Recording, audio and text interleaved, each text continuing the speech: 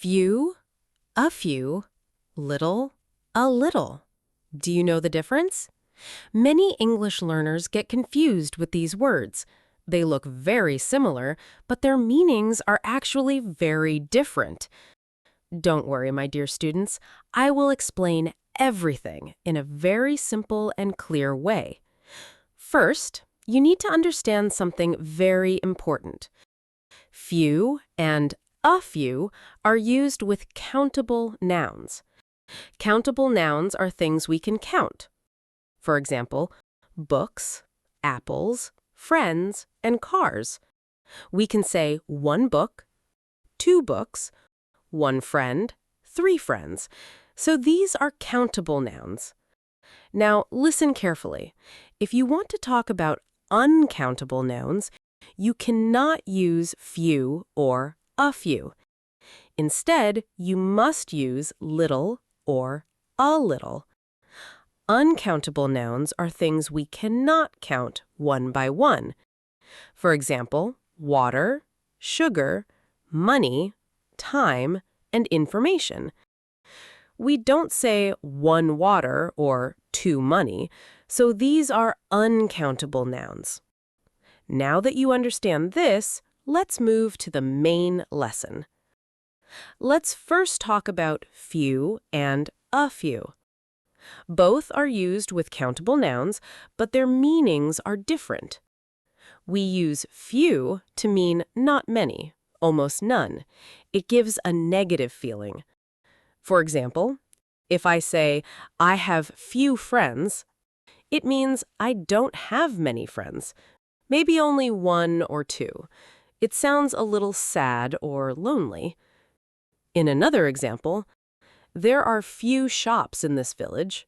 It means there are not many shops, and it may be difficult to buy things. This is also a negative idea. Now listen to this sentence. She made few mistakes in the test. This means she made almost no mistakes. Even though the result is good, the word few still shows a very small number, almost none. In all these sentences, the nouns are countable. Now let's talk about a few. We use a few to mean some, a small number, but enough. It gives a positive feeling. For example, I have a few friends means I have some friends, maybe 3 or 4. It sounds normal and positive. Another example is, I bought a few apples.